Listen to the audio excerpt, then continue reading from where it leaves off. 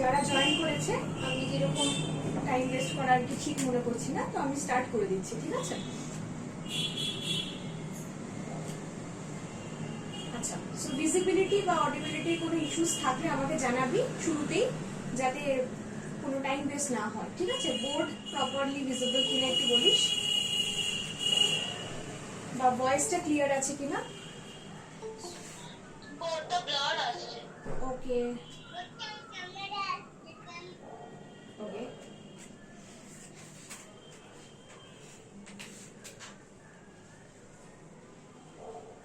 দিদি বোর্ডটা একটুখানি একটা সেকেন্ড, এবার একটু দেখো, ব্লাড আসছে না? এবার ঠিক হ্যাঁ, আছে।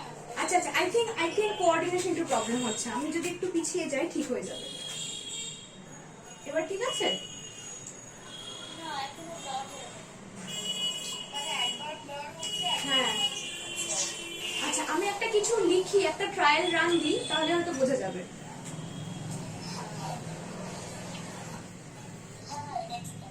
ওকে, আচ্ছা, তো আজকে আমি যে টপিকটা নিয়ে স্টার্ট করছি সেটা হচ্ছে ইভলিউশনের সেকশনে, যেটা পার্ট বি। ওকে, সো ইভলিউশনের সেকশন এ যেটা, তো সেখানে ইভলিউশনের যে প্রিন্সিপালস, তার যে কনসেপ্টস গুলো আমি খুব ভিভিডলি ডিসকাস করেছিলাম লাস্ট ক্লাসে। তো আই এম শিওর যে তোরা সেটাতে ভালোভাবে গো থ্রু করেছিস, আর সেইটার উপরে বেস করেই আমি কিন্তু সেকেন্ড পার্টটা কন্টিনিউ করব। So as a matter of fact, so section A is very essential to know more about section B. তো section B তে যেটা যাচ্ছে যে origin of cells and unicellular evolution. তো ইভলিউশনে আরেকটা ভাবে যে আমরা এই টপিকটাকে খুব সহজভাবে জানি, সেটা হচ্ছে অরিজিন অফ লাইফ। তো অন আর্থ এই যে লাইফ অরিজিনেট করেছে, এই পুরো সিনারিওটা আমাদের ইভলিউশনের টার্মসে বা ইভলিউশনের ল্যাঙ্গুয়েজে আমরা কিভাবে ডিফাইন করব বা ডেসক্রাইব করব।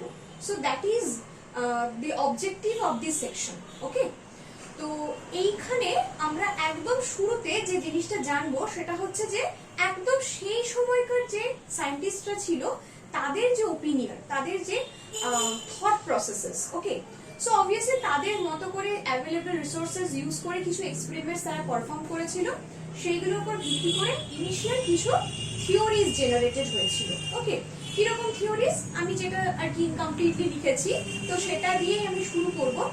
একদম শুরুতে যে থিওরিটা regarding origin of life generated হয়েছিল সেটাকে বলা হয় হচ্ছে থিওরি অফ অ্যাবায়োজেনেসিস। ওকে,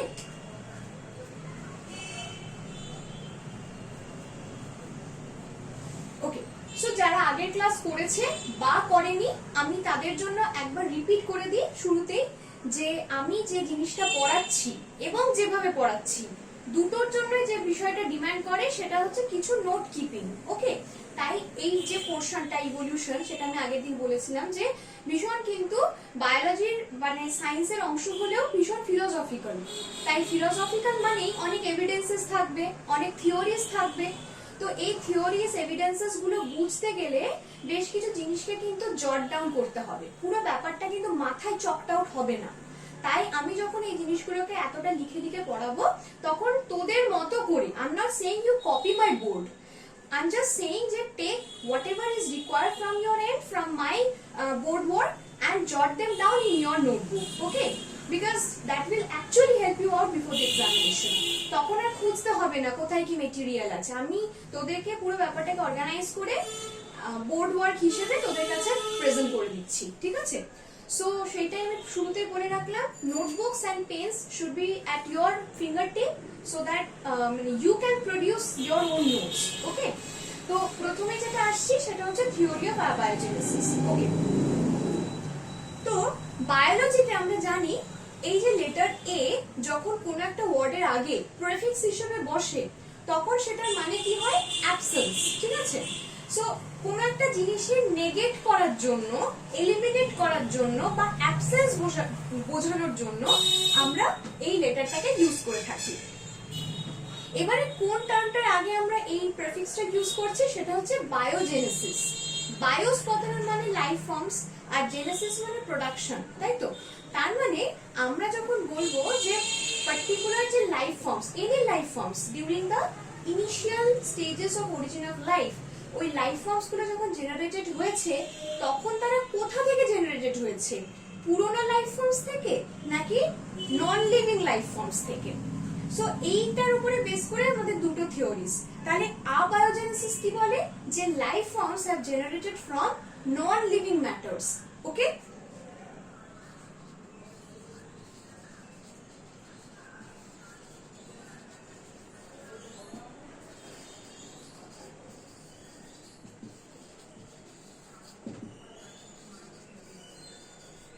ওকে।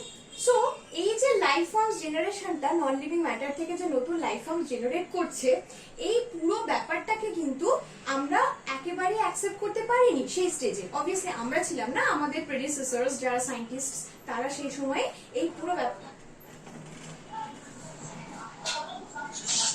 পিনাকি কিছু বলবি? পিনাকি তোর মাইক্রোফোনটা অন আছে, যদি কিছু না বলিস আপাতত সুইচ অফ রাখ।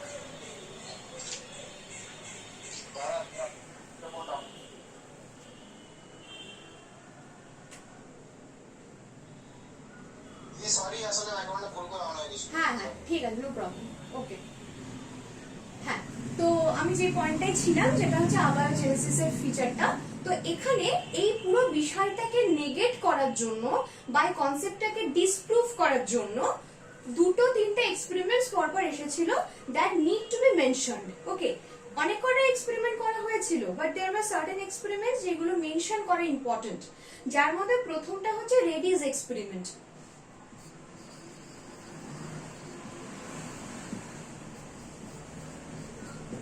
ওকে, সো রেডিস এক্সপেরিমেন্ট হচ্ছে এমন একটা এক্সপেরিমেন্ট যেখানে আর কি সায়েন্টিস্ট বা বায়োলজিস্ট আর কি রেডি করেছিলেন, যেটা যে উনি বোঝাতে চেয়েছিলেন যে নন লিভিং যে ম্যাটারটা, সো নন লিভিং ম্যাটার থেকে কি নতুন লাইফ ফর্ম জেনারেট হয় কি হয় না বোঝানোর জন্য উনি কিছু মিট রেখেছিলেন, মাংস।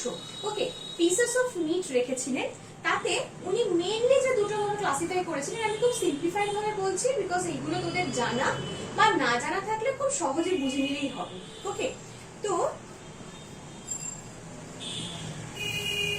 এই দুটো ধর কন্টেইনার নিয়েছিলেন, যার মধ্যে একটা container was not covered, uncovered. Okay, আর আরেকটা কন্টেইনার নিয়েছিলেন যেখানে হচ্ছে কভার বা লিড ওয়াজ প্রেজেন্ট। ঠিক আছে, এবং দুটোতেই উনি পিসেস অফ মিট রেখেছিলেন।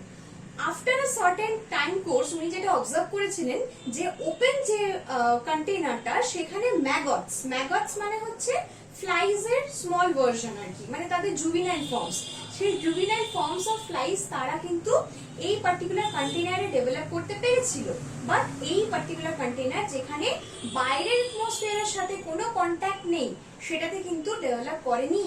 সেখান থেকে উনি একটা ভেগ ভাবে আন্দাজ করার চেষ্টা করেছিলেন যে তার মানে নিশ্চয়ই বাইরে থেকে ফ্লাইজরা এসে যখন এগস লে করে তখনই কেবলমাত্র নতুন জুভিনাইল ফর্মস মানে ম্যাগটস এর জেনারেশন হয়, তৈরি হয়। এইরকম ভাবে মিট থেকে তৈরি হয় এটা পসিবল নয়।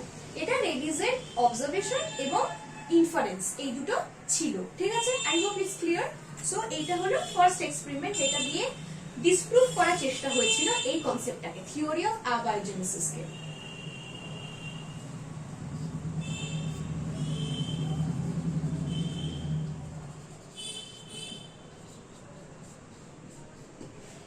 নেক্সট যেটা এসেছিল সেটা হচ্ছে স্প্যালেনজানিস এক্সপেরিমেন্ট। স্প্যালেনজানি একজন স্প্যানিশ বায়োলজিস্ট। উনি কি করেছিলেন, উনি দেখিয়েছিলেন যে একটা পার্টিকুলার কন্টেইনারে উনি ব্রথ নিয়েছিলেন যেটা was covered and again another container which was uncovered. Okay, broth মানে হচ্ছে এমন একটা মিডিয়াম, এমন একটা মিক্সচার মিডিয়াম যেখানে bacteria can grow. Okay, bacteria মানে derive nutrition from this broth. So obviously ল্যাবে কাজ করলে একদম শুরুর দিকে ব্যাকটেরিয়া কালচার করার সময় ব্রথ ইজ ভেরি ভেরি একটা পপুলার বা বেসিক জিনিস টু বি ইউজ। ওকে, সো এলবি ব্রথ যেটাকে বলা হয় সেই জিনিসটাকে উনি একটা কন্টেনারে নিয়েছিলেন which was covered আর একটা যেটা আনকভার্ড। তো obviously as a matter of fact উনি যেটা দেখেছিলেন যে যেটা আনকভার্ড সেই ব্রথে কেবলমাত্র ব্যাকটেরিয়া প্রপাগেশন হয়েছিল। কিভাবে বোঝা যায়? Broth gets thickened. ওকে, ব্রথটাকে আমরা প্রথমে যে রকম একদম থিন একটা লিকুইড দেখি, মানে সেমি ট্রান্সপারেন্ট একটা লিকুইড দেখি, যখন সেটাতে ব্যাকটেরিয়াকে ইনোকিউলেট করা হয়, ব্যাকটেরিয়া ওভারনাইট একদম প্রলিফারেট করে একটা লার্জ পপুলেশন সাইজ তৈরি করে, তখন সেটা একটা থিক সলিউশনে কনভার্ট করে দেয় ব্রথটাকে। ওকে, সেটা দিয়ে আমরা বুঝতে পারি। তাহলে ওইভাবেই উনি অবজার্ভ করে আন্দাজ করেছিলেন যে তার মানে যখন অ্যাটমসফেরিক যে ব্যাকটেরিয়া বা মাইক্রো অর্গানিজমস সেইটা যখন in contact with the broth আসছে, তখনই কিন্তু ব্রথ থেকে ব্যাকটেরিয়ার প্রপাগেশন হচ্ছে। বা যে ব্রথটা কাভার্ড সেখানে যদি আগে থেকে ব্যাকটেরিয়া থাকতো তাহলে তো সেটাও প্রপাগেট করতে পারতো, বাট সেটা করতে পারছে না, মানে নন লিভিং ম্যাটার থেকে লিভিং ফর্মস তৈরি করতে পারে না। এটা স্প্যালেনজানির ইনফারেন্স ছিল উনার অবজারভেশন থেকে। কিন্তু তারপরেও উনার যে পয়েন্টটা, সেই পয়েন্টটাকে আরো এমফাসাইজ করে, আরো স্পেসিফাই করে একটা আপডেটেড আপগ্রেডেড এক্সপেরিমেন্ট করে অন্য একজন বায়োলজিস্ট, যার নাম তোরা সবাই জানিস, সেটা হচ্ছে লুই পাস্তিওর। লুই পাস্তিওর, যিনি স্টেরিলাইজেশন টেকনিকের ফাদার, তিনি এই বিষয়টা আর কি এক্সপেরিমেন্টটাকে আরো ফার্দার আপগ্রেডেড করলেন। উনি কি করলেন সেটা এবার আমি বলবো। আমি এই দুটো জিনিসকে মুছে দিলাম, তাহলে আমি প্রোগ্রেস ওয়াইজ বলছিলাম, ঠিক আছে? এই থিওরিটা একদম শুরুতে ইনিশিয়েটেড হয়েছিল। এই থিওরিটাকে ডিসপ্রুভ করার জন্য প্রথমে হলো রেডিস এক্সপেরিমেন্ট, তারপরে এলো স্প্যালেনজানিস এক্সপেরিমেন্ট, এবারে নেক্সট যেটা আসবে সেটা হচ্ছে পাস্তিওরস এক্সপেরিমেন্ট।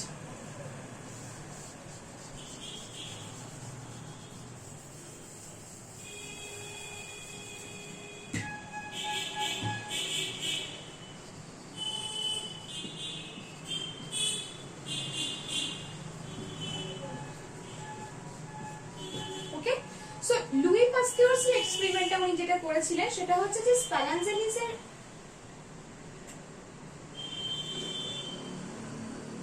মন্দিরা, এবার একটু দেখ মন্দিরা, তোর মেসেজটা আমি দেখলাম, এবার একটু দেখ তো ঠিক আছে কিনা।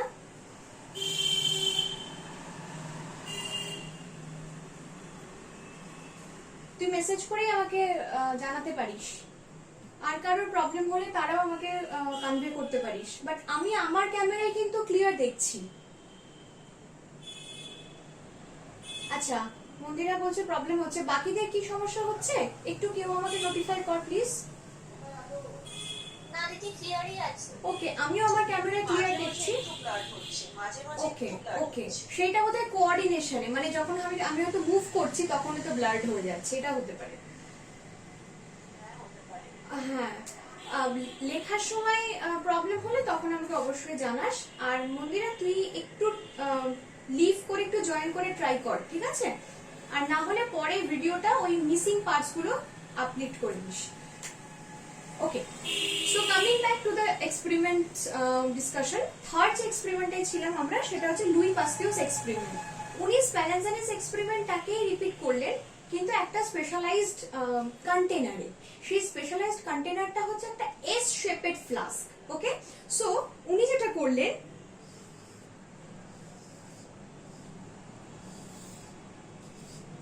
একটা এস শেপেড ফ্লাস্ক নিলেন, যেটা নেকটা হচ্ছে এস শেপেড। ওকে, সো এই যে নেকটা, এইটা হচ্ছে এস শেপেড। এবার উনি একটা যেটা করলেন যে একটা ফ্লাস্ক নিলেন যেটা নরমাল স্ট্রেট মুখ, মানে নেকটা হচ্ছে স্ট্রেট,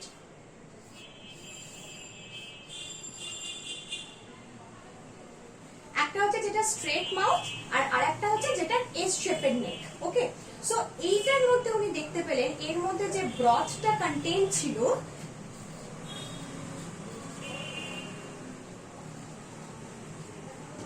সেটাতে কিন্তু ব্যাকটেরিয়া কালচার প্রপাগেটেড হয়ে একটা বিগ পপুলেশন সাইজ তৈরি করলো। বাট যেটা এস শেপেড নেক কন্টেইনিং যে ফ্লাস্কটা, সেটার মধ্যে ব্রথটা took further time for the broth to be thickened, ঠিক আছে? এর থেকে অনেক বেশি সময় কিন্তু এই ফ্লাস্কটার ক্ষেত্রে লাগলো। কেন? বিকজ এই যে এস শেপেড নেকটা, সেটা বাইরে থেকে যে এয়ারটা, সেই এয়ারটা was very easy to enter, কিন্তু মাইক্রো অর্গানিজমস এর এন্ট্রিটা অনেকটা চেকড হচ্ছিল, ঠিক আছে? তো মাইক্রো অর্গানিজমস বা ব্যাকটেরিয়া হোয়াটএভার, সেটার এন্ট্রিটা যেহেতু অনেক বেশি রেস্ট্রিক্টেড বা চেকড ছিল, তাই জন্য এই ফ্লাস্কের যে ব্রথটা থিকেনিং এর প্রসেসটা সেটা অনেক স্লো ছিল। ওকে, সো দ্যাট ইজ ওয়াই এখান থেকে পাস্তিওর আর কি একদম ক্লিয়ারলি ইনফার করেছিলেন, যে উনি বলেছিলেন যে এই দুটো ফ্লাস্কের মধ্যে যেটা তফাৎ সেটা হচ্ছে এন্ট্রি অফ মাইক্রো অর্গানিজমস এর। তাহলে এন্ট্রি অফ মাইক্রো অর্গানিজমস এর যদি সেখানে ডিফারেন্সিয়েট করি, তাহলে সেখান থেকে আমরা এটাই ইনফার করতে পারবো যে ওই বাইরে থেকে যে মাইক্রো অর্গানিজমস আসছে সেটাই নতুন লাইফ ফর্মস জেনারেট করছে, ব্রথ থেকে নতুন লাইফ ফর্ম জেনারেট করছে না। এই বিষয়টাকে এস্টাবলিশ করার জন্য উনি কিন্তু একটা প্রিকশন নিয়েছিলেন। সেই প্রিকশনটা কি? ব্রথটাকে উনি একদম শুরুতে স্টেরিলাইজ করে নিয়েছিলেন। কিভাবে? By boiling. So all the glass containers and the broth was autoclaved or sterilized from the initial time, so that এটাকে আমরা ভালোভাবে যাতে বোঝাতে পারি যে শুরু থেকে কিন্তু কোনো মাইক্রো অর্গানিজমস ছিল না, ঠিক আছে?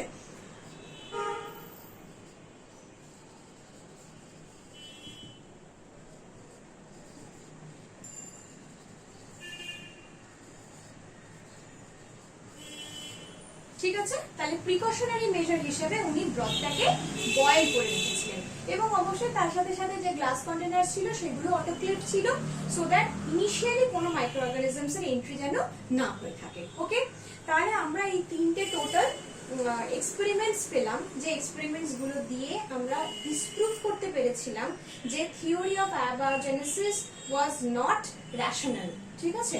ইট ক্যানট বি অ্যাকসেপ্টেড। এবারে আরেকটা কথা আমি জাস্ট বলে রাখি, যদিও বা রিজেক্টেড একটা থিওরি, তবুও as a matter of fact, as a theoretical concept, এই থিওরি অফ অ্যাবায়োজেনেসিস এর আরেকটা কনসেপ্ট আছে, মানে আরেকটা নেম আছে, নোমেনক্লেচার আছে, সেটাকে বলা হয় স্পন্টেনিয়াস জেনারেশন। ওকে, তাহলে theory of abiogenesis is synonymous to spontaneous generation. Okay, so সেখানেই আমাদের এই কনসেপ্টটা কমপ্লিট হচ্ছে। এবার এইখান থেকে আমাদের আসবে, জেনারেট করবে যে পরের কনসেপ্ট, সেটা হচ্ছে থিওরি অফ বায়োজেনেসিস। সেটাতে এবার আমরা আসবো।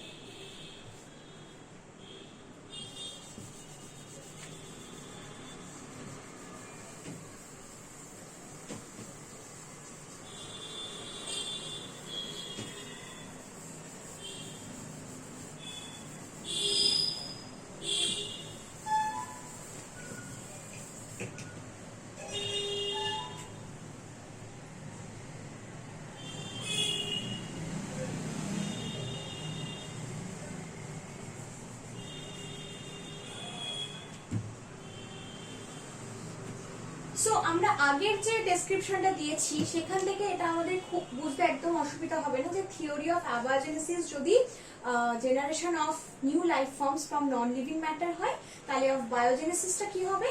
যে life form generate from the living matters itself, তাই তো? এবার এই জিনিসটা হয়ে যাওয়ার পর আমাদেরকে একটু, মানে যখন আমরা থিওরি অফ বায়োজেনেসিস বুঝে গেছি, তারপর আমরা ইভলিউশনারি যে পাথওয়েটা, যে স্টেপস, মেজর স্টেপস যেটার মাধ্যমে লাইফ ফর্ম জেনারেটেড হয়েছে, সেই জায়গাটায় ঢুকে যাব, ঠিক আছে? তো এই বিষয়টাকে আমরা ইনিশিয়ালি কি বলে থাকি? Chemical evolution. ওকে, এই যে এন্টায়ারলি ইভলিউশনারি যে প্রসেসটা, যার মেজর স্টেপস আমরা বলতে পারি, প্রথম স্টেপ হিসেবে কেমিক্যাল ইভলিউশনকে কনসিডার করতে পারি, ঠিক আছে?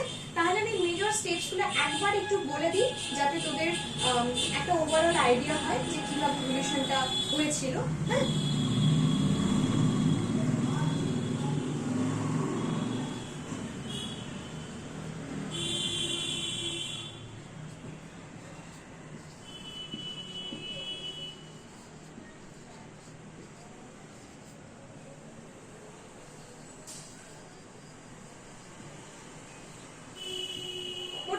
এই তিনটে মেজর স্টেপসে, যার আন্ডারে প্রচুর মাইনর স্টেপস আছে, এই তিনটে মেজর স্টেপস মিলিয়ে এন্টায়ার ইভলিউশনারি প্রসেসটা, আমি ইভলিউশনারি প্রসেস বলবো না, অরিজিন অফ লাইফটা এই মেজর স্টেপস গুলোকে ইনক্লুড করে হয়েছিল। মানে এটা হচ্ছে সব থেকে ব্রড একটা ফ্লোচার্ট, সব থেকে ব্রড, জাস্ট একটা মানে আউটলাইন বোঝার জন্য এই ফ্লোচার্টটা আমরা ইউজ করতে পারি। তাহলে একদম শুরুতে যেটা বললাম যে কেমিক্যাল ইভলিউশন, সেটাই আমি ইনিশিয়ালি ডিসকাস করব। কেমিক্যাল ইভলিউশন বলতে যেটা বোঝায় সেটা হচ্ছে যে আমাদের যে প্রিবায়োটিক আর্থ, মানে আর্থের যে ইনিশিয়াল অ্যাটমসফিয়ারিক কন্ডিশনস সেটা কিন্তু অ্যাবসলিউটলি একটা রিডিউসিং অ্যাটমসফিয়ার ছিল। রিডিউসিং অ্যাটমসফিয়ার মানে in the absence of oxygen. So oxygen containing atmosphere সেটাকে আমরা অক্সিডাইজিং অ্যাটমসফিয়ার বলতে পারি, যেটা কিন্তু অনেক পরের দিকে এসেছিল। তো তার আগে একদম ইনিশিয়াল যে অ্যাটমসফিয়ার সেটা was rich in other various gases but not oxygen. Okay, তাহলে এই রিডিউসিং অ্যাটমসফিয়ারটা কিন্তু ভীষণভাবে ফেভারেবল ছিল টু কনভার্ট ইনঅর্গানিক মিনারেলস বা এলিমেন্টস ইনটু অর্গানিক কম্পাউন্ডস। ঠিক আছে, তাহলে কেমিক্যাল ইভলিউশন বলতে বোঝায় যে এই রিডিউসিং অ্যাটমসফিয়ারিক কন্ডিশনস এর আন্ডারে কিভাবে এই ইনঅর্গানিক এলিমেন্টস গুলো অর্গানিক কম্পাউন্ডস এ কনভার্টেড হলো। ঠিক আছে, এবং অর্গানিক কম্পাউন্ডস বলতে যেগুলো হচ্ছে আমাদের বডির সিম্পল অর্গানিক কম্পাউন্ডস, যেগুলো আমাদের বডির ওই ম্যাক্রোমলিকিউলার যে কম্পাউন্ডস সেইগুলোর স্টার্টিং মলিকিউলস হিসেবে কনসিডার করতে আমরা পারি। যেরকম এক্সাম্পল কি, যেরকম অ্যামাইনো অ্যাসিডস, রাইট, তারপরে হচ্ছে গ্লুকোজ পার্টিকলস, মানে একদম বেসিক যে মলিকিউলস গুলো আমাদের ম্যাক্রো মলিকিউলস গুলো তৈরি করতে পারবে সেইগুলো প্রোডাকশন ফ্রম ইনঅর্গানিক এলিমেন্টস, এই যে প্রসেসটা সেইটা আসবে হচ্ছে কেমিক্যাল ইভলিউশনের আন্ডারে। ওকে, তো কেমিক্যাল ইভলিউশনের একদম শুরুতে এই যে প্রসেসটা একটা যেটা breakthrough, right, it's a breakthrough process. এই রিভলিউশনারি ব্রেক থ্রু প্রসেসটা পুরোটাই একটা হাইপোথিসিস, রাইট, এটার কিন্তু কোনো ডিরেক্ট এভিডেন্স হতে পারে না, কারণ এটা একদমই বাইগন একটা পিরিয়ড যেটা কেটে গেছে, একদম মিটে গেছে। তাই এই অরিজিন অফ লাইফের ইনিশিয়াল যে ফেজটা সেটা একদমই একটা বেসড অন হাইপোথিসিস। এই হাইপোথিসিস গুলোর মধ্যে সবথেকে স্ট্রং এবং সবথেকে রিলায়েবল হাইপোথিসিস দিয়েছিলেন হচ্ছে অপারিন এন্ড হ্যালডেন। ওকে, তাহলে অপারিন এন্ড হ্যালডেন দুজন আলাদা ইভলিউশনারিস্ট, এরা দুজন অ্যারাউন্ড 1929 এই থটস অফ কেমিক্যাল ইভলিউশনটা কিন্তু প্রোপাগেট করেছিলেন।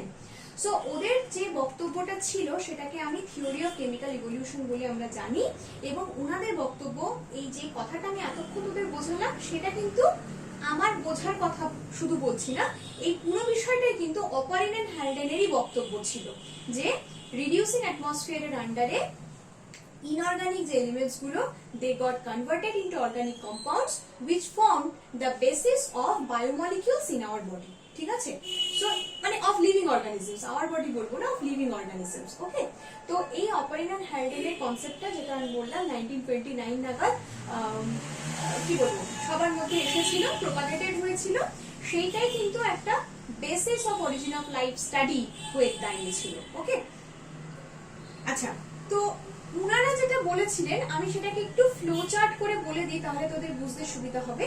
যে আমি এই পয়েন্টটা একটু তোদের আলাদা করে মেনশন করব, যে যদি এইরকম কোনো বি সেকশনে কোয়েশ্চেন আসে যে origin of life occurred in which part of the earth, which part in the sense মানে কিরকম বডিতে, টেরেস্ট্রিয়াল বডি না অ্যাকুয়াটিক বডি, তাহলে particularly origin of life was hypothesized to originate in the ocean. Okay, ocean body মানে aquatic ecosystem, তাহলে কোন ইকোসিস্টেমে, তাহলে এটা আমরা ওশন ইকোসিস্টেম বলে কনসিডার করতে পারি। ঠিক আছে, সো ব্যাপারটা এটাই হয় যে ওশান ইকোসিস্টেমে একটা পার্টিকুলার রিজনে under the influence of electric discharges from lightning. ঠিক আছে, সো বিদ্যুৎ চমকানো যেটাকে আমরা বলি, সো খুব হেভি হাই ভোল্টেজ যে লাইটনিং গুলো তখন হয়েছিল একটা টাইম পয়েন্টে, সেই সময়ে সেই পিরিয়ড জিওলজিক্যাল টাইম স্কেলে সেই রকম একটা পিরিয়ডে under the influence of lightning, high voltage electric discharges, inorganic elements got converted, started to get converted into organic compounds. তো পার্টিকুলার যে রিজনে এই কাজটা হতো সেই জায়গাটা ভীষণ থিকেন্ড হয়ে থাকতো, এবং অবভিয়াসলি হাই টেম্পারেচার এটা কিন্তু আরেকটা প্যারামিটার। ওকে, তাহলে লাইটনিং ডিসচার্জেস, ইলেকট্রিক্যাল ডিসচার্জেস এবং হাই টেম্পারেচার এই দুটোই ভেরি এসেনশিয়াল ছিল সেই সময়ে অরিজিনেট করার জন্য লাইফ ফর্মস। তো এই হাই টেম্পারেচারটা এবং লাইটনিং ডিসচার্জেস পুরো ব্যাপারটার ইনফ্লুয়েন্সটা ওশানিক বডির উপরে হয়েছিল বলে ইনিশিয়াল যে স্ট্রাকচারটা তৈরি হয়েছিল সেটাকে আমরা বলবো হচ্ছে, কেউ জানে? একটু কেউ ইন্টারঅ্যাক্ট কর আমার সাথে। মানে একদম শুরুতে ওশানের যে সারফেস সেখানে যে একটা থিক ফ্লুইডিক স্ট্রাকচার তৈরি হয়েছিল under the influence of electrical discharges and high temperature, সেই থিক স্ট্রাকচারটাকে আমরা কি বলবো?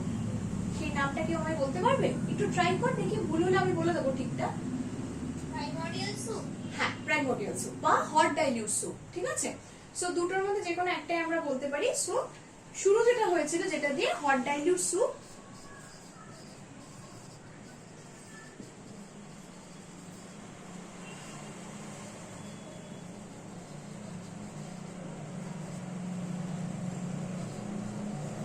বা প্রাইমোর্ডিয়াল স্যুপ, ঠিক আছে। তো এই দুটো নামকে আমরা এইভাবে ইউজ করতে পারি। তো এটা কিরকম, যেটা এক্ষুনি বললাম কোয়েশ্চেনটা করার সময় আমি ওর ফিচার বলে দিয়েছি যে ওশানিক সারফেসের উপরে খুব ঠিক একটা রিজন, একটা স্ট্রাকচার যেটা was membraneless, okay, it didn't contain any membrane, no boundary or membrane was there, okay. তাহলে একটা ওপেন এন্ডেড একটা স্ট্রাকচার, কিন্তু একটা জায়গায় হচ্ছে আবদ্ধ, একটা পার্টিকুলার রিজনে হচ্ছে ওর কি বলবো, অর্গানাইজেশনটা হচ্ছে একটা পার্টিকুলার রিজনে। তো যেরকম আমরা জানি যে নিউক্লিয়য়েড আর নিউক্লিয়াসের মধ্যে একটা তফাৎ আছে, তাই না? প্রোক্যারিওটের মধ্যে নিউক্লিয়য়েড বলে একটা স্ট্রাকচার হয়, যেটা পার্টিকুলারলি কোনো মেমব্রেন থাকে না, মেমব্রেন লেস হয়, কিন্তু তবুও সাইটোপ্লাজমের একটা পার্টিকুলার রিজনের দিকে কিন্তু সেটা ওরিয়েন্টেড থাকে। সিমিলারলি হট ডাইলিউট স্যুপের কোনো বাউন্ডারি বা মেমব্রেন নেই, হাউএভার সেটা একটা কোনো রিজনে অ্যাগ্রিগেটেড থাকে। সো সেই রিজনের স্ট্রাকচারটাকে আমরা বলবো হট ডাইলিউট স্যুপ, এবং temperature wise it's very high, এবং সেকেন্ডলি inorganic compounds বা elements started to get transformed into organic compounds, okay. এইগুলি হচ্ছে major features of hot dilute soup বা প্রাইমোর্ডিয়াল স্যুপ। এখান থেকে নেক্সট যে স্ট্রাকচারটা ফর্ম হবে under the influence again high temperature and intramolecular interactions, এই ইন্টারমলিকিউলার এবং ইন্ট্রামলিকিউলার ইন্টারাকশনস দুটোই কিন্তু ইনভলভ। এরপর তার থেকে under the influence of high temperature কি হবে, will be getting converted into conservates or microspheres, ঠিক আছে।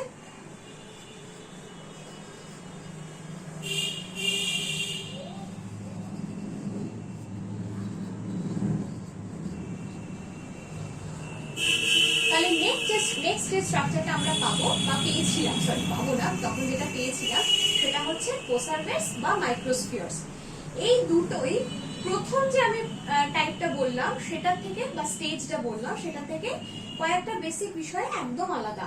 প্রথমত হচ্ছে মেমব্রেন, যেটা আমি সবার আগে মেনশন করব। এই কোসারভেটস বা microspheres contain membrane, okay, very initial immature type of novice naive type of membrane, however there was a boundary, okay, so that kept the aggregates together.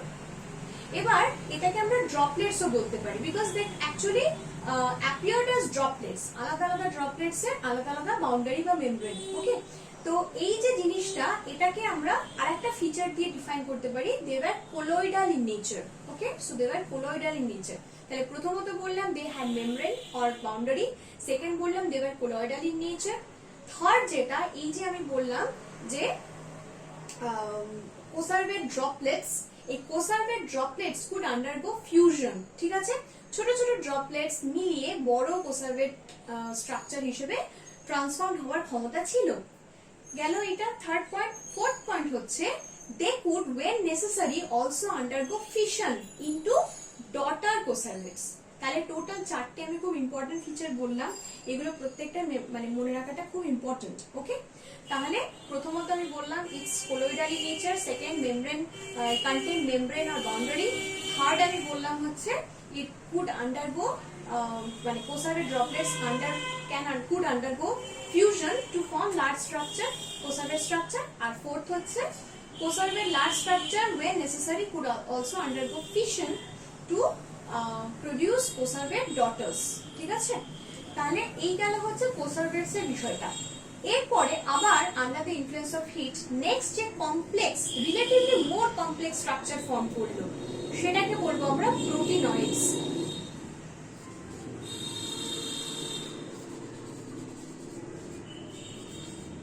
ওকে।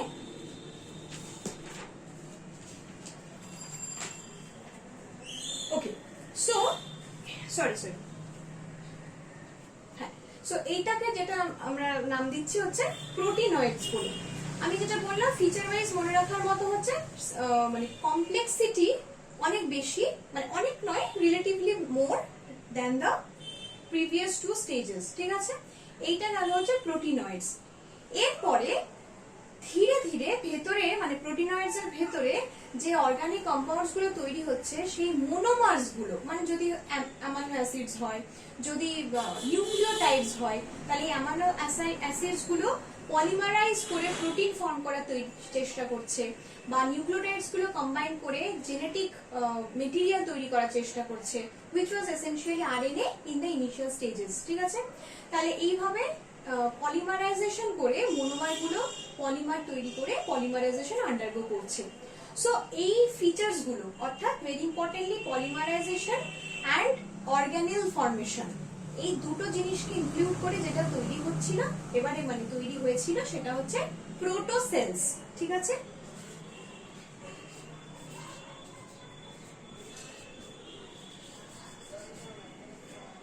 ওকে, তাহলে প্রোটোসেলস।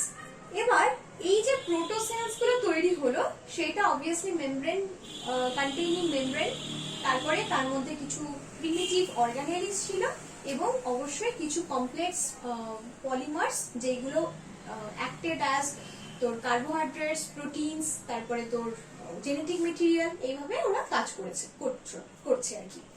এবং ওর মধ্যে যে আরএনএ মেটেরিয়ালটা আছে বললাম, সেই আরএনএটার আবার একটা স্পেশাল মেনশন প্রয়োজন। সেই স্পেশাল মেনশনটাকে একটা হাইপোথিসিসের আন্ডারে ফেলা হয়, সেটাকে বলা হয় আরএনএ ওয়ার্ল্ড হাইপোথিসিস, ঠিক আছে। তাহলে আমি এবারে ওই জিনিসটাকে একটু এক্সপ্লেন করব যে আমি যে বললাম যে প্রোটোসেলস এর মধ্যে কিছু কমপ্লেক্স পলিমার্স রয়েছিল যেগুলো আমরা প্রোটিনস, কার্বোহাইড্রেটস এই দুটো ক্যাটাগরিতে ভাবতে পারি, আর কিছু জেনেটিক মেটেরিয়াল ছিল যেগুলো হচ্ছে মোস্টলি আরএনএ টাইপের। তো এই আরএনএ টাইপের যে জেনেটিক মেটেরিয়ালটা সেটার ব্যাপারে একটা স্পেসিফিক হাইপোথিসিস আছে যেটাকে আরএনএ ওয়ার্ল্ড হাইপোথিসিস বলা হয়। আমি সেটার ব্যাপারে জাস্ট দু একটা কথা একটু তোদেরকে জানিয়ে দেবো, ঠিক আছে। সো এই কনসেপ্টটা হয়ে যাওয়ার পর আমি প্রিমিটিভ আর্থে সিমুলেট মানে নিশ্চয়ই তোরা জানিস, মানে ইমিটেট করে একটা এক্সপেরিমেন্ট আছে যেটা very important for concept and questions both, সেটাকে বলা হয় মিলার অ্যান্ড ইউরেস এক্সপেরিমেন্ট, তাই তো। তো মিলার অ্যান্ড ইউরেস এক্সপেরিমেন্টে আমি আসবো, তার আগে আমি কয়েকটা শর্ট স্নিপেটস আর কি রিগার্ডিং এই পোর্শনটা বলে দিই। লাইক একটা হচ্ছে আরএনএ ওয়ার্ল্ড হাইপোথিসিস, ঠিক আছে। সো আই হোপ এই ফ্লোচার্টটা হয়ে গেছে, বিকজ এই ফ্লোচার্টটার পর আমি আরএনএ ওয়ার্ল্ড হাইপোথিসিস বলে আমি এখান থেকে কিন্তু কন্টিনিউ করব, তখন আমি মানে এখান থেকে একটা পোর্শন, একটা লেজ বের করব, ঠিক আছে। সো আমি এই জায়গাটা মুছে নিচ্ছি, তারপরে আমি পরের পোর্শনটায় যাব বোর্ডটা মুছে নেওয়ার পর।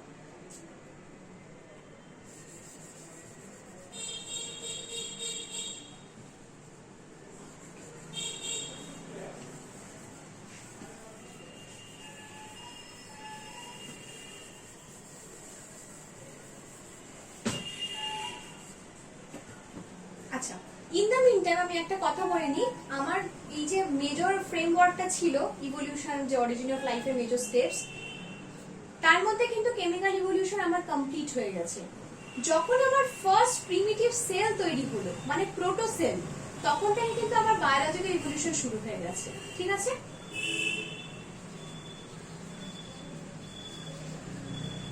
ঠিক আছে, আমার এখান থেকে কিন্তু অলরেডি শুরু হয়ে গেছে বায়োলজিক্যাল ইভলিউশন। সো আমি বায়োলজিক্যাল ইভলিউশন নিয়ে এবার কিন্তু কথা বলছি, ওকে। তাহলে আমি যে ফ্লোচার্টে যে পোর্শনে গিয়ে এসে থেমেছিলাম, পুরো প্রসেসটা যেখানে আমি বোঝাচ্ছি, সেখান থেকে আমি আরএনএ ওয়ার্ল্ড হাইপোথিসিসটাকে এমফাসাইজ করে এক্সপ্যান্ড করে একটু বলছি।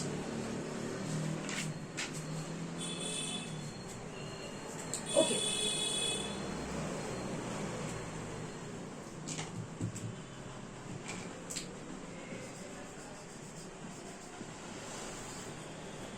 আরএনএ যে জেনেটিক মেটেরিয়ালটা, তার কয়েকটা বিশেষত্ব আছে। কিরকম বিশেষত্ব?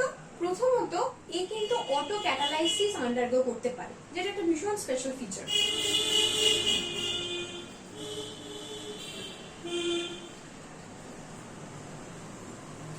এই অটো ক্যাটালাইটিক নেচারটাকে আমরা মেনশন করতে গেলে ওর একটা আলাদা নাম দিই।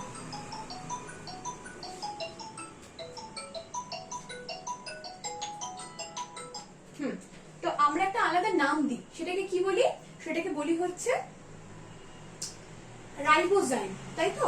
তাহলে আরএনএ যখন আমরা অটো ক্যাটালাইটিক নেচারটাকে এমফাসাইজ করি তখন ওর একটা স্পেশাল নাম দিই, সেটাকে বলি হচ্ছে রাইবোজাইম।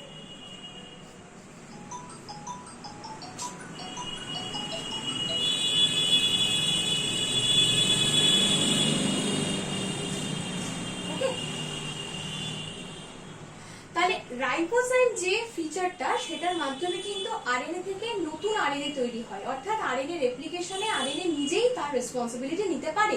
ওকে, তাহলে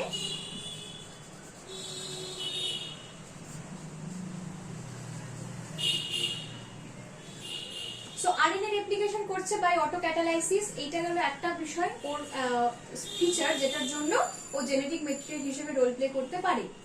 সো এটা গেল অটোক্যাটালাইসিস।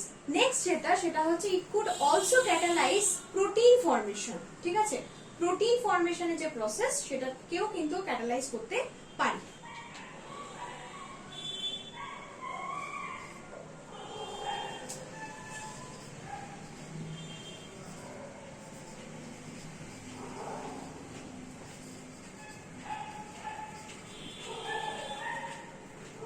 ঠিক আছে, তাহলে এটা গেল ওর আরেকটা উইং। ঠিক আছে, আর কি করতে পারে ও? এই যে আমি বললাম অটো ক্যাটালাইসিস করতে পারে, যেটার জন্য রাইবোজাইমস হচ্ছে, তার মাধ্যমে ও কি আরো অনেক আরএনএ আর কি তৈরি করতে পারে। সো আরএনএ যে ভলিউমটাকে সেটা মেইনটেনেন্স, এই ব্যাপারটা একটা আমরা আলাদা পয়েন্ট হিসেবে ভাবতে পারি। অটো ক্যাটালাইসিস অবভিয়াসলি সেটার কনসিকুয়েন্স হিসেবে আমরা বলতে পারি যে ওর যে আরএনএ এর নেচারটা বা আরএনএ এর যে মাসটা, ও এখন এবার 3 মিনিট কেন বলতো? আজকে তো প্রবলেম হচ্ছে।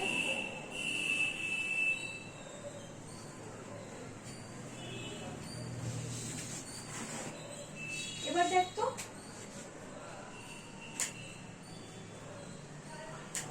এবার একটু বল।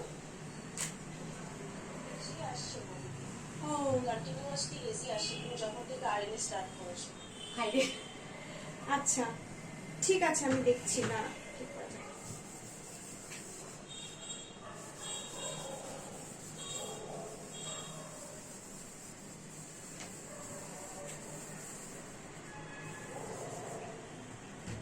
আমার অ্যাকচুয়ালি ক্যামেরায় কিন্তু আমার ঠিকঠাকই আসছে, আমি এটাই বুঝতে পারছি না কেন এটা ইস্যু হচ্ছে।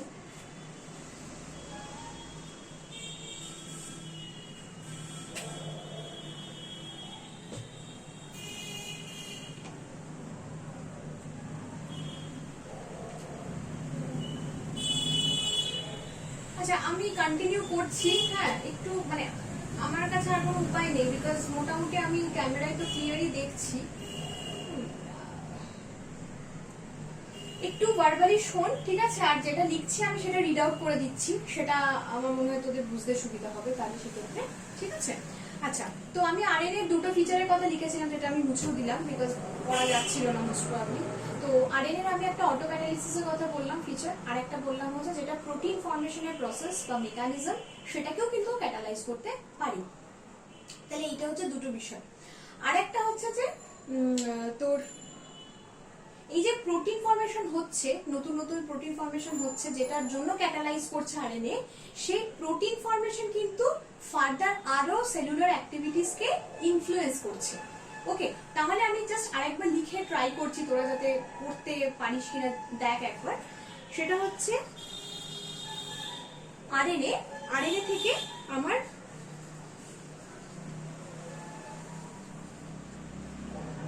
অটোক্যাটালিসিস যখন কন্টিনিউ করছে তখন সেখান থেকে আরো আরএনএ তৈরি হচ্ছে। ঠিক আছে, আরো ফার্দার আরএনএ তৈরি হচ্ছে।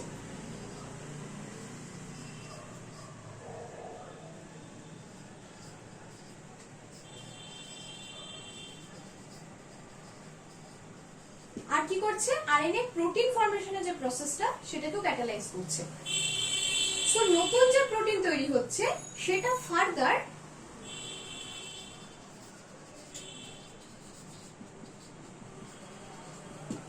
Cellular activities, various cellular activities গুলোকে আপ রেগুলেট করছে, ঠিক আছে, ইনফ্লুয়েন্স করছে এবং আপ রেগুলেট করছে। তো এই যে এক্সিকিউশন বা কোঅর্ডিনেশন অফ সেলুলার অ্যাক্টিভিটিস, সেই বিষয়টা কিন্তু একটা সেলকে অনেক বেশি কমপ্লেক্স করে তুলছিল, ঠিক আছে। তাই জন্য আরএনএ ইনিশিয়াল জেনেটিক মেটেরিয়াল হিসেবে খুব সাকসেসফুলি ছিল, কিন্তু ধীরে ধীরে আরএনএ কে আউট কম্পিট করে দেয় ডিএনএ। ওকে, কেন? বিকজ আরএনএ এর মিউটেশন রেট, রেপ্লিকেশনের সময় ওর যে এরার মেকিং রেট, সেটা কিন্তু অনেক বেশি। সো ওই একটা মেজর রিজন যেটা আরএনএ এর প্রেজেন্সটা কিন্তু খুবই প্রবলেমেটিক ছিল। ওকে, সো এতটাই এরোনিয়াস যে একটা জেনারেশন থেকে পরের জেনারেশনে যে ট্রান্সমিশন অফ জেনেটিক মেটেরিয়াল, সেই সময় কিন্তু অনেক এরার নিয়ে ট্রান্সমিশন হওয়া শুরু হয়েছিল। সো আ মেজর ড্রব্যাক, মানে that actually replaced RNA by DNA, সেটা হচ্ছে হাই এরার রেট বা high mutation rate. Okay, so মোটামুটি এই জিনিসটাকে আমি কি বললাম, আরএনএ ওয়ার্ল্ড হাইপোথিসিস।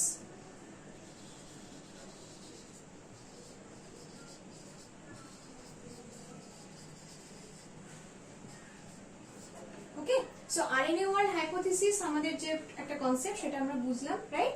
এরপরে আমি ওই ফ্লো চার্টে ফিরে আসছি, মানে আমরা লাস্ট ছিলাম হচ্ছে প্রোটোসেলসে, ঠিক আছে। প্রোটোসেলস থেকে এবার আমরা আরো ফার্দার কিভাবে প্রসিড করব সেই জিনিসটা একটু এবার দেখব, ঠিক আছে। So I hope it's clear now. আমি পুরো বিষয়টা কিন্তু যা লিখেছি আমি রিড আউটও করেছি, তবু কারোর কোনো জায়গায় পড়তে অসুবিধা হলে একবার আমাকে জিজ্ঞেস করে, আমি বলে দিচ্ছি, বিকজ অল্প লেখা আছে, কোনো অসুবিধা হবে না আমার পড়তে।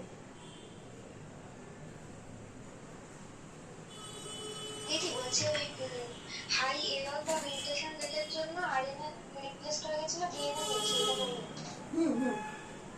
হ্যাঁ, মানে one of the very important reasons হচ্ছে এইটা, ঠিক আছে। এবার মলিকিউলার বায়োলজিতে আরো বেশ কিছু জিনিস ডিসকাস করা যেতে পারে, বাট ইভলিউশনারি পার্সপেক্টিভে, যেহেতু ইভলিউশনে আমরা জানি যে কোনো একটা মিউটেশনস এর অ্যামাউন্ট যত বেড়ে যাবে, যত অ্যাকুমুলেটেড হতে থাকবে একটা অর্গানিজমের মধ্যে, তত কিন্তু তার ডাইভার্টেড হয়ে যাওয়ার চান্সেস অনেক বেশি। নতুন স্পিসিস ফর্ম করা বা যে মাদার পপুলেশন গ্রুপ, সেখান থেকে আলাদা হয়ে যাওয়া, আগে কিন্তু আমরা পড়েছি, তাই না, ওই তোর মিউটেশন যে অ্যাকুমুলেটেড হচ্ছে, যেটাকে তোর জিন ফ্রিকোয়েন্সি পাল্টে দিচ্ছে, তাই না, ফাউন্ডার্স এফেক্ট পড়েছি, বটলনেক এফেক্ট পড়েছি, সেখানে দেখেছি যে মাইনর কিছু চেঞ্জেসের জন্য কিন্তু একটা এন্টায়ার পপুলেশনের অনেক চেঞ্জেস এসে যাচ্ছে ইভলিউশনারি বেসিসে। তো সেই জন্যই নেচার এটা পারমিট করে না। টু লার্জ এক্সটেন্ট মিউটেশন হওয়া মানেই অনেক রকম ইভলিউশনারি প্রসেসেস এক্সিকিউটেড হওয়া। So it is a big turmoil. তো এই টার্মোয়েলটাকে অ্যাভয়েড করার জন্য নেচার এত এরার, এত মিউটেশন, এত মিস্টেক্স পারমিট করে না, সেই কারণেই আস্তে আস্তে রিপ্লেসড হয়ে গেল। তো ওই জন্য আমি বলছি যে আরএনএ ওয়ার্ল্ড হাইপোথিসিস বা ওটাকে যে ডিএনএ রিপ্লেস করছে, তার যে জাস্টিফিকেশন, পুরোটাই from the perspective of evolution, not from the perspective of molecular biology. Molecular বায়োলজির কথা বলতে গেলে আরো অনেক পয়েন্টস আসবে, সেগুলো এক্ষুনি আমরা ডিসকাস করবো না, বিকজ সেটা ইভলিউশনারি স্কোপে না। ওকে, এনিওয়েজ, তো আই হোপ তোরা পুরোটা পড়তে পেরেছিস। তো আমি এবার তাহলে নেক্সট টপিকটায় যাচ্ছি।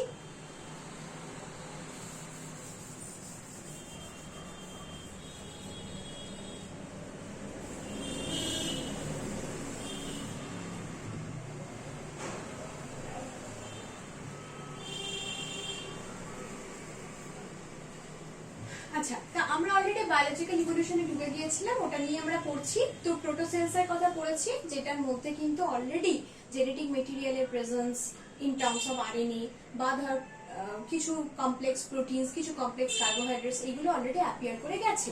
সেখান থেকে আমি অ্যাকচুয়ালি জেনেটিক মেটেরিয়াল আরএনএ ব্যাপারে একটু এক্সপ্যান্ড করে বললাম। এবারে আমি সেখান থেকে আরো এগোবো, সেই ফ্লোচার্ট থেকে আরো এগোবো। সো প্রোটোসেলসের পর যেটা হয় সেটা হচ্ছে কগনিশন। ওকে, কগনিশন কথার মানে কি? মানে হচ্ছে তোরা কগনিটিভ বিহেভিয়ারের কথা হয়তো কোথাও কোথাও পড়েছিস, মানে এটা একটা বায়োলজি খুব important terminology. So cognitive behaviour মানে পার্টিকুলার কিছু ইন্টারঅ্যাক্টিভ বিহেভিয়ার, ঠিক আছে। সো ইন্টারঅ্যাক্টিভ মানে কিছু exchanges from the abiotic environment to the biotic organisms, কিংবা তোর এই যে ইন্টারাকশন গুলো in nature that occurs between the living organisms, এই বিষয়টাকে কগনিশন বলা হয়, ঠিক আছে। আর আরেকটা ব্যাপার ভাবে আমরা কগনিশনকে বোঝাতে পারি, সেটা হচ্ছে responding to the external environment. So external environment যেরকম আছে বা যেভাবে বদলাচ্ছে, সেটার প্রতি বায়োটিক অর্গানিজম যেভাবে রেসপন্ড করছে, সেটাকে বলা হয় হচ্ছে কগনিশন। ওকে, অ্যাকর্ডিংলি যে রেসপন্ড করছে। তো এই কগনিটিভ বিহেভিয়ারের একটা খুব মেজর এক্সাম্পল হচ্ছে ফটোসিনথেসিস। সো ফটোসিনথেসিস তোদের নেটের সিলেবাসে আর কি আছে। সো যতক্ষণ পর্যন্ত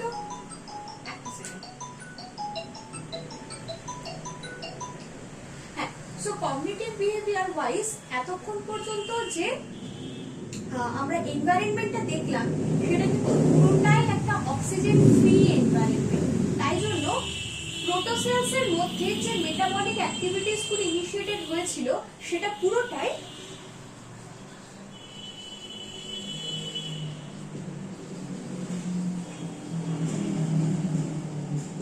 অ্যানারোবিক মেটাবলিজম। এরপরে অ্যাপিয়ার করবে হচ্ছে কিছু কগনিটিভ বিহেভিয়ার, যেরকম এক্সাম্পল হচ্ছে ফটোসিনথেসিস। ওকে,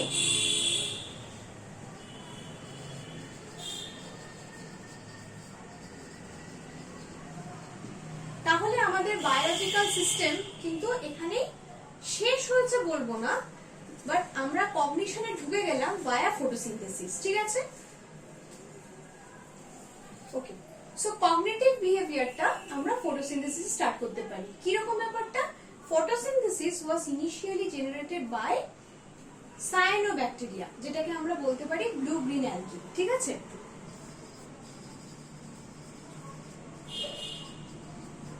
তাহলে সায়ানোব্যাকটেরিয়া বা ব্লু গ্রিন অ্যালগি আর দ্য ভেরি ফার্স্ট অর্গানিজমস যারা এই ফটোসিনথেটিক ইভেন্টটাকে স্টার্ট করেছিল।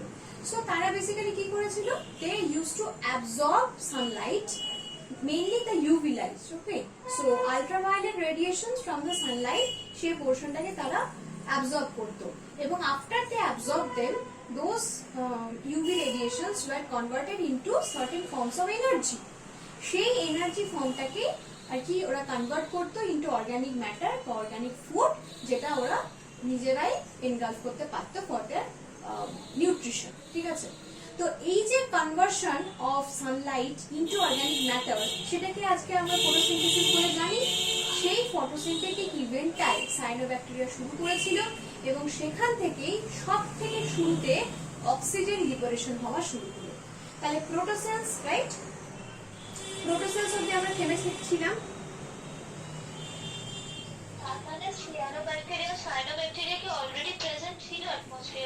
একদম, কারণ প্রোক্যারিওটস অলরেডি অ্যাপিয়ার করে গেছে, ঠিক আছে।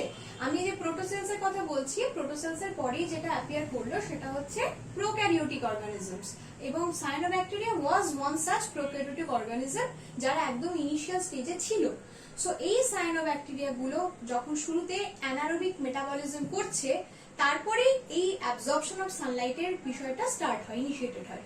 তখন তারা ফটোসিনথেসিস আন্ডারগো করে, অক্সিজেন লিবারেট করে, ধীরে ধীরে ধীরে ধীরে অ্যাটমসফিয়ারটাকে রিডিউসিং থেকে অক্সিডাইজিং করে, এবং অক্সিডাইজিং অ্যাটমসফিয়ারের পরে এই সায়ানোব্যাকটেরিয়া থেকে ইনিশিয়েটেড হয়ে অনেক কমপ্লেক্স ট্রিজ অ্যাপিয়ার করে, ঠিক আছে।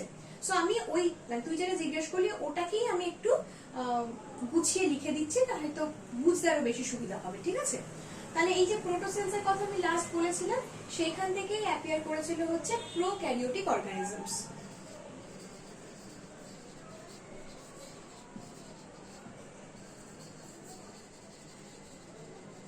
ওকে, সো এই যে প্রোক্যারিওটিক অর্গানিজমস, তাদের মধ্যে একটা এক্সাম্পল সায়ানোব্যাকটেরিয়া, যারা আমি বললাম যে প্রসেসটা অফ ফটোসিনথেসিস সেটা যখন আন্ডারগো করলো, তখন তাদের মধ্যে থেকে অক্সিজেন ইভলভ হলো, ঠিক আছে।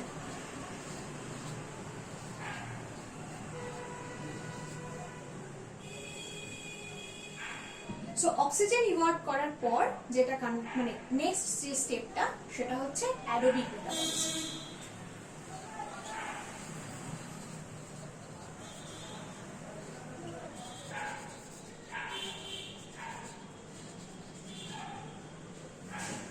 ওকে,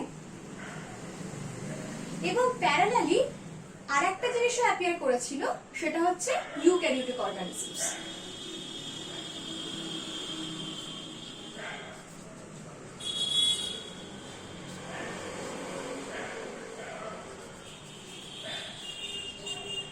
এই prokaryotic organisms and eukaryotic organisms তারা দুজনে কম্বাইন্ড ওয়েতে অ্যারোবিক মেটাবলিজমে শিফট করে নিল নিজেদের, ঠিক আছে। সো এইরকম ভাবে এই যে কনভার্সনটা, যে অক্সিজেন অক্সিডাইজিং অ্যাটমসফিয়ারটা got converted into reducing atmosphere got converted into oxidising atmosphere, তার পেছনে এই স্টেজটা ওয়াজ রেসপন্সিবল, ঠিক আছে, যেটা ফটোসিনথেসাইজ করতে পারতো। ওকে, তাহলে কি ইউক্যারিওট গুলো কি প্রোক্যারিওটের সাথে একসাথে ইভলভ করেছে?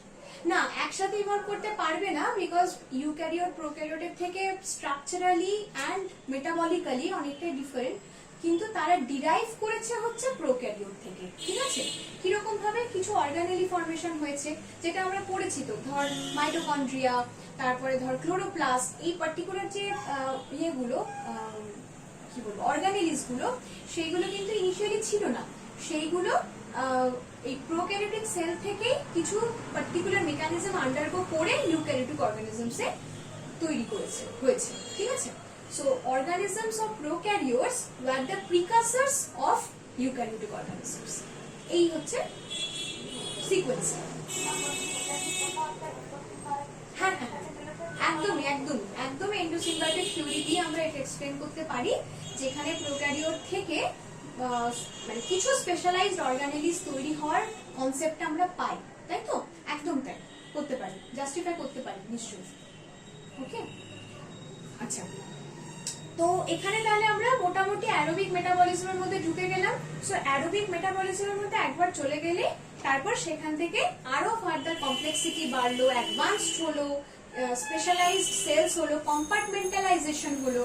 আমি যে টার্মস গুলো বলছি প্রত্যেকটাই কিন্তু ইভলিউশনারি যে প্রসেসটা, যে আপগ্রেডেশন, তার কিছু বিশেষ বিশেষ স্টেপস আর কি, ঠিক আছে।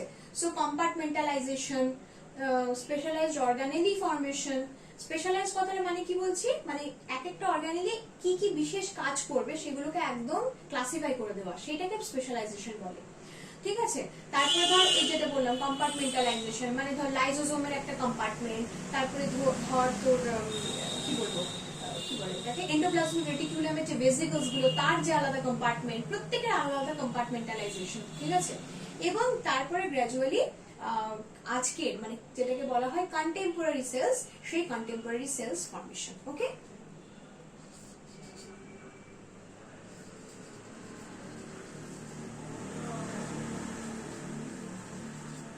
ওকে, so formation of contemporary cells. মোটামুটি এখানেই আমাদের অরিজিন অফ লাইফ শেষ হয়। কেন? কারণ আমরা কন্টেম্পোরারি সেলস নিয়েই এখন কিন্তু আমাদের চলছে লাইফ প্রসেসটা, কন্টেম্পোরারি সেলস এর বেসিসেই চলছে। তারপরে সেখান থেকে টিস্যু, অর্গান সিস্টেম ইত্যাদি, সেটা আলাদা বিষয়। বাট কন্টেম্পোরারি সেলসটাই তো আমরা জানি unit of structure and function, তো তাই সেটার বেসিসে আমাদের লাইফ প্রসেসেস গুলো আপাতত চলছে। তাই এখানেই আমাদের অরিজিন অফ লাইফের যে সাইকেলটা, সাইকেল না ফ্লো চার্টটা, সেটা এখানেই শেষ হয়, ঠিক আছে। এটা একটু ভালো করে দেখে নে, মানে পুরো ব্যাপারটাকে নিজেদের মতো করে একবার রিক্যাপিচুলেট করার চেষ্টা কর, যে কোনো জায়গায় কিছু আটকাচ্ছে কিনা। পুরোটা তো একটা স্টোরির মতো, আমি বলেছিও তোদেরকে ওইভাবে গল্পের মতো করি। এই পুরো বিষয়টা একটু ভালো করে নিজেরা বোঝার চেষ্টা কর। তারপরে আমি তোদেরকে একটু মিরার অ্যান্ড ইউরেজ এক্সপেরিমেন্টটা বলবো, সেটাও একটা সুন্দর গল্পের মতো, ছোট গল্প, ঠিক আছে। তো এই ব্যাপারটা একটু তোরা নিজেরা দেখে নে, প্লাস একটুখানি রিল্যাক্সেশন হবে, অনেকক্ষণ ধরে মন দিয়ে শুনছিস, একটু রিল্যাক্সেশন হবে। যার যা লেখা লিখে নিতে পারিস, কোনো কনফিউশন থাকলে লিখতে দেখতে অসুবিধা হলে বলতে পারিস।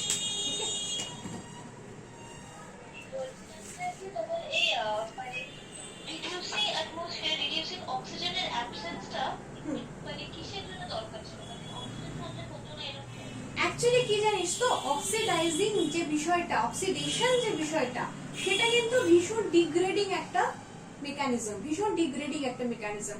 তুই যে কোনো ডিগ্রেডেশনের কথা ভাব, সবচেয়ে ভালো এক্সাম্পল হচ্ছে রাস্ট ফর্মেশন। রাস্ট ফর্মেশন কিন্তু একটা অক্সিডাইজিং বা অক্সিডেশন রিঅ্যাকশনের এক্সাম্পল। সো রাস্ট ফর্মেশন কিন্তু আয়রনকে একদম নষ্ট করে দেয়, ঠিক আছে। তো সিমিলারলি এইরকম অসংখ্য অক্সিডেশন প্রসেসেস রয়েছে, যেগুলো কিন্তু মেটেরিয়াল, যে কোনো ধর ইনঅর্গানিক এলিমেন্টস বল বা ধর অর্গানিক কম্পাউন্ডস বল, সেগুলোকে ডিগ্রেড করে দেয়। এবার যদি ধর অরিজিন অফ লাইফের ইনিশিয়াল স্টেজেসে গিয়ে যদি অল্প বিস্তর যে কমপ্লেক্স স্ট্রাকচারগুলো তৈরি হচ্ছে সেগুলো ডিউ টু অক্সিডেশন বারবার ডিগ্রেডেড হয়ে যাচ্ছে, তাহলে হয়তো এই বড় যে প্রসেসটা, যে ব্রেক থ্রুটা, সেটা পসিবলই হতো না। এইটাই হচ্ছে স্পেশালিটি, যে কেন রিডিউসিং অ্যাটমসফিয়ার ওয়াজ মোর ফেভারেবল শুরুর দিকে কেন বেশি ফেভারেবল, এটাই হচ্ছে রিজন। ঠিক আছে?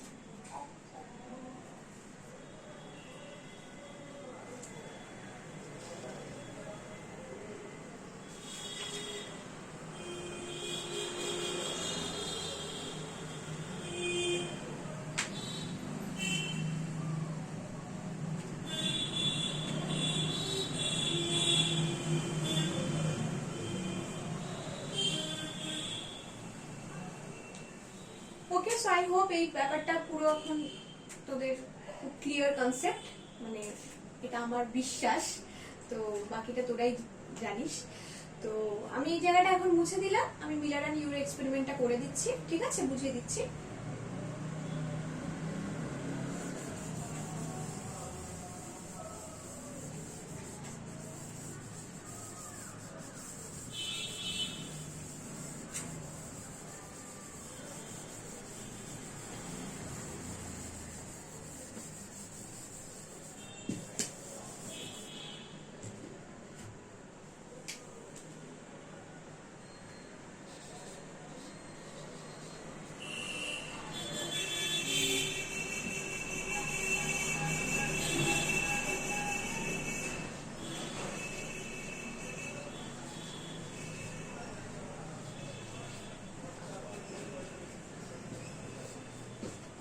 Okay, so the experiment goes as follows. Experiment was propagated by these two biologists, Stanley Miller and Harold Urey. ঠিক আছে? তো এরা দুজন মোটামুটি 1953 নাগাদ, সো ইফ ইউ রিমেম্বার, আমি কোন ইয়ারে অপারিন এন্ড হ্যালডেনের কথা বলেছিলাম, কেউ বলতে পারবে? নোট ডাউন করলে ভেরি গুড। সো 1929 নাগাদ, তার মানে হ্যারল্ড অপারিন এন্ড হ্যালডেন ওই কেমিক্যাল ইভলিউশনের যে কনসেপ্টটা সেটাকে প্রতিস্থাপন করেছিলেন, তাই তো? তো উনারা যখন প্রপোজ করেছিলেন এই কনসেপ্টটা, সেটাকে সিমিউলেট করে বা ইমিটেট করে এই মিলার এন্ড ইউরে একটা এক্সপেরিমেন্টাল ডিজাইন করেছিলেন। সো সেই এক্সপেরিমেন্টাল ডিজাইনটাই আমি প্রথমে ডেসক্রাইব করব, তারপরে ওরা কি কাজ করেছিলেন এবং তার অবজারভেশনস আর ইনফারেন্সেস কি কি, যেরকম একটা এক্সপেরিমেন্টের ফ্রেমওয়ার্ক হয় আমি সেভাবেই বলে দিচ্ছি। ঠিক আছে? তাহলে দেখ, ওরা যেটা করেছিল সেটা হচ্ছে ওরা একটা গ্যাস চেম্বার নিয়েছিল। ওকে, আমি ভীষণ রাফ ভাবে বলবো, আমি একদম যেভাবে বইয়ে থাকে আমি ওভাবে তো নিশ্চয়ই আঁকতে পারবো না, তো বোঝানোর মতো করে যেটা সম্ভব আমি সেটা এঁকে বলে দিচ্ছি, তো সেখান থেকে অসুবিধা হলে আমি বলবো। আচ্ছা,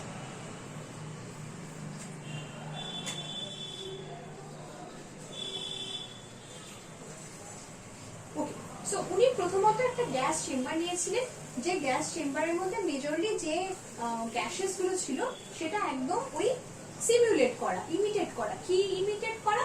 রিডিউসিং অ্যাটমসফিয়ার, যে প্রিবায়োটিক কন্ডিশনসে বা প্রিবায়োটিক অ্যাটমসফেরিক কন্ডিশনসে যে যে গ্যাসেস গুলো থাকবার প্রবণতা সবচেয়ে বেশি ছিল, সেগুলোকে নিয়ে উনি একটা গ্যাস মিক্সচার তৈরি করে গ্যাস চেম্বারে পুরে দিয়েছিলেন।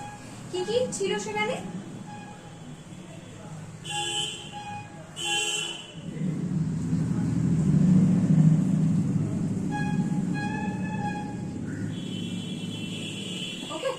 মিথেন ছিল, হাইড্রোজেন গ্যাস ছিল, অ্যামোনিয়া ছিল। তো এইগুলোকে উনি একটা মিক্সচার তৈরি করে উনি গ্যাস চেম্বারে ভরে দিয়েছিলেন। এবারে যদি ভালো করে তোরা শুনে থাকিস বা মনে রাখিস, আমি বলেছিলাম দুটো মেজর ফেনোমেনা কাজ করেছিল। কি কি সেই সময়? একটা হচ্ছে লাইটনিং ডিসচার্জেস, যেটা ছিল সেটাকে ইমিটেট করার জন্য উনি যেটা করেছিলেন, উনি ইলেকট্রিক ডিসচার্জেস দিয়েছেন।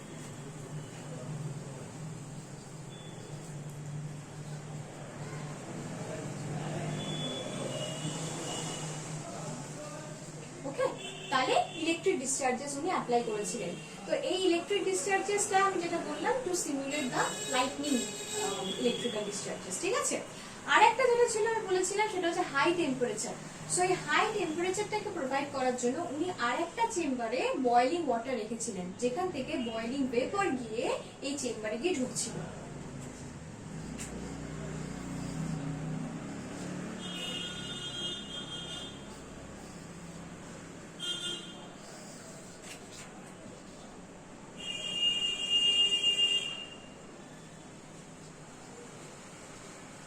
ঠিক আছে, তাহলে H2O যেটা কিনা হট ইন নেচার সেটা ঢুকছিল। আচ্ছা, তাহলে এই দুটো ফেনোমেননকে উনি আর কি সিমুলেট করেছিলেন এইভাবে। এবারে যেটা হয়েছিল সেটা হচ্ছে যে after the reactions that took place, এইখানে একটা কনডেনসেশন, একটা কুলিং কনডেনসেশন উনি কন্ডাক্ট করেছিলেন।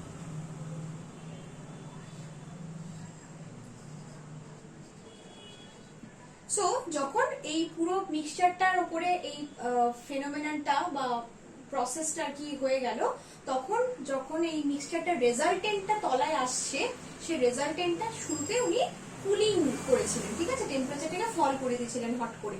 তাতে গিয়ে যেটা হয়েছিল সেটা হচ্ছে কনডেনসেশন, যে জিনিসগুলো তৈরি হয়েছে সেগুলো কনডেন্সড হয়ে যাবে। তাহলে কুলিং কনডেনসেশন হয়ে যাওয়ার পর উনি আরেকটা চেম্বার রেখেছিলেন, যে চেম্বারে এই রেজাল্টেন্ট যে মেটেরিয়াল গুলো সেগুলো জমা হবে, ঠিক আছে।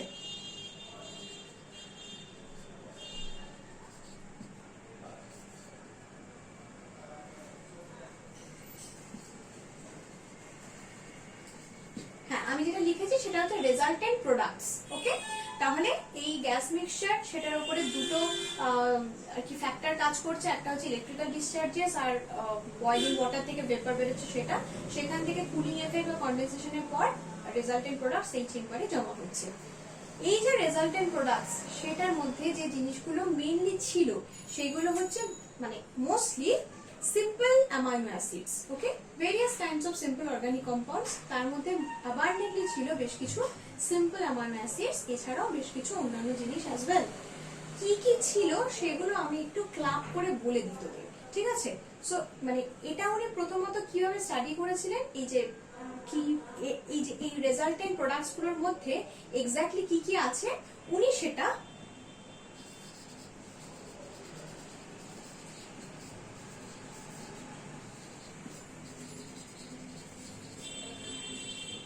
ক্রোম্যাটোলজিক্যাল অ্যানালিসিস করেছিলেন, ঠিক আছে। So by means of by the process of chromatology উনি কিন্তু এই কি কি প্রোডাক্টের মধ্যে কি কি কম্পোনেন্টস আছে সেগুলো ডিরাইভ করেছিলেন।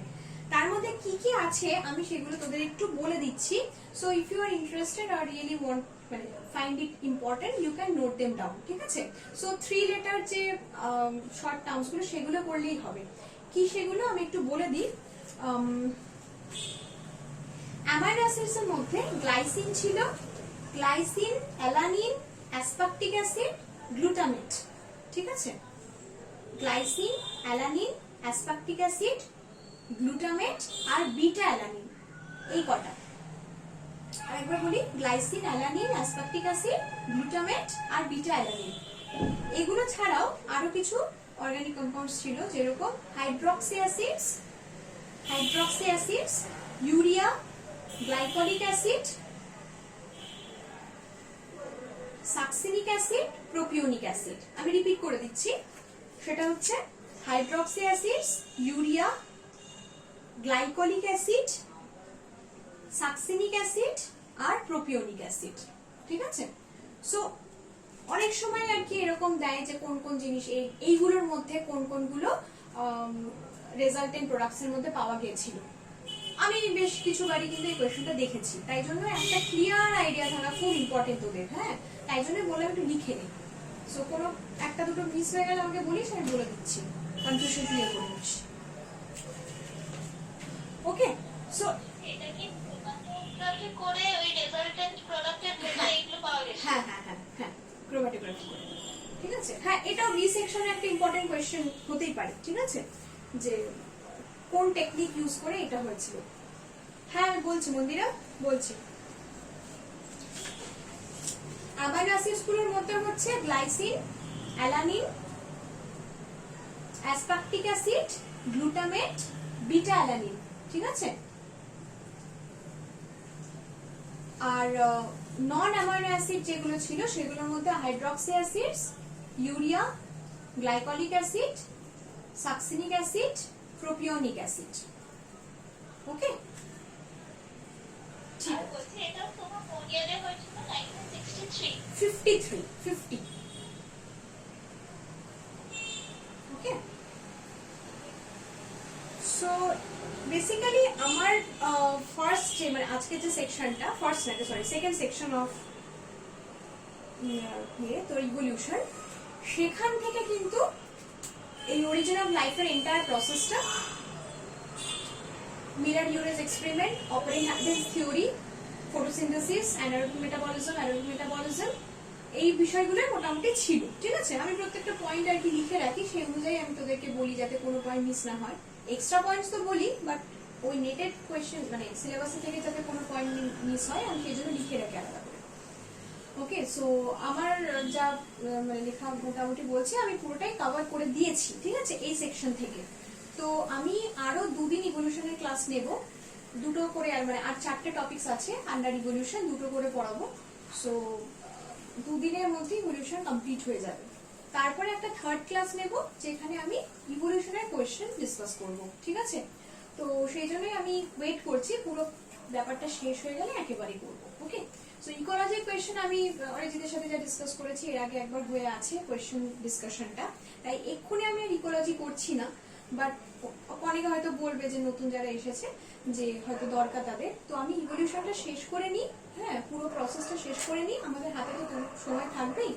আমি একসাথে না হয় ইকোলজি ইভলিউশন যেহেতু একটা সেকশনের মতো শোনাই, মানে ইকোলজি ইভলিউশনটা প্রিপারেশনটাও একসাথে হয়, বা কারোর সেই দিকে স্ট্রেংথ থাকে বা উইকনেস থাকে, সেই জন্য প্রয়োজন হলে ইকোলজি ইভলিউশন নিয়ে আমি একটা কোয়েশ্চেন ডিসকাশন ক্লাস নিয়ে নেবো সেই ক্ষেত্রে। ঠিক আছে, সো এইরকম আমি একটা স্কিম করে রেখেছি। আগের দিনের ক্লাসটা নেওয়া হয়নি আর কি। So by that time section B যেন সবার পরিষ্কার হয়ে যায়। ওকে, এই হচ্ছে ব্যাপার। আর এর ফার্দার আমার আর কিছু বলার নেই, তোরা যদি কিছু বলিস। বা অর্ণব কি আজকে ফার্স্ট ক্লাস করলি না অর্ণব আগে করেছিস ক্লাস? আজকে কে ফার্স্ট ক্লাস করলি একটু কাইন্ডলি বলবি আমাকে? একটু মাইক্রোফোনটা অন করে দিবি। তুই আগে করেছিস, রাইট রাইট। আর এমন কেউ আছে যে আজকে ফার্স্ট করলো? কেউ একজন জানিয়েছিল আজকে ফার্স্ট ক্লাস করার ব্যাপারে, তো সে কি আজকে করেছে?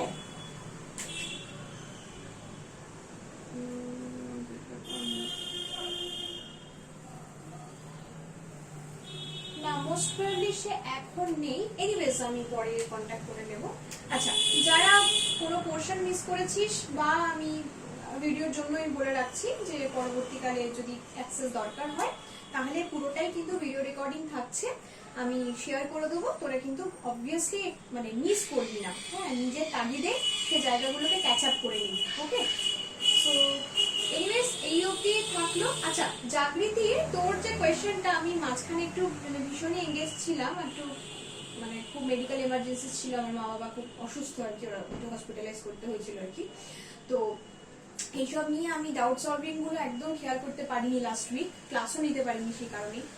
তো জাগৃতির যে ওই সিমসন্স ইন্ডেক্স নিয়ে একটা কোয়েশ্চেন ছিল, আমি সেইটার ব্যাপারে তোকে একটু কিছু বলতাম, তুই আছিস মোস্ট প্রবাবলি? হ্যাঁ হ্যাঁ হ্যাঁ, তো আমি তোকে তাহলে একটু পার্সোনালি বা গ্রুপে আমি একটু বলে দিচ্ছি। ঠিক আছে, মানে ব্যাপারটা একটু ইন রাইটিং আমি তোকে বলে দিচ্ছি, কারণ তোর যে কোয়েশ্চেনটা তুই শেয়ার করেছিস সেটাতে মানে কিছু এরার অবভিয়াসলি রয়েছে। সেখানে ক্লিয়ারলি বলছে সিমসন্স ডাইভার্সিটিটা মেজার করতে, অথচ নাম মানে যে ভ্যালুগুলো দিয়েছে সেখান থেকে যে কারেক্ট ভ্যালু হতে পারে সেটা কিন্তু সিমসন্স ইন্ডেক্সটাই বলছে। সিমসন্স ডাইভার্সিটি ইন্ডেক্সের কোনো অপশনই ছিল না সেখানে। সো সেখানে মোস্ট প্রবাবলি কিছু একটা ভুল তো অবশ্যই হচ্ছে। তো আমি তোকে একটুখানি পরেই আলাদা করে কথা বলে নেব। ঠিক আছে, আমি জাস্ট এইটুকু বলে রাখলাম যে something is wrong with the question, মানে হয় অপশনসে মিসিং ওই অপশনটা, আর না হলে ওরা কোয়েশ্চেনটা মানে এতটা এইভাবে বলতে যেটা চেয়েছে সেটা অন্যটা আর কি এক্সপ্রেস করেছে, সিমসন্স ইন্ডেক্স বা ডাইভার্সিটি ইন্ডেক্স। ঠিক আছে, তো ঠিক আছে, আজকে আমি এই অবধি রাখছি ক্লাসটা। ওকে, সো কারোর কোনো ক্লারিফিকেশন বা কিছু থাকলে আমি তো অলওয়েজ মানে কল বা মেসেজে আছি, তো কন্ট্যাক্ট করে নিতে পারি। ওকে, সো গুড নাইট, আমি লিভ করে দিচ্ছি।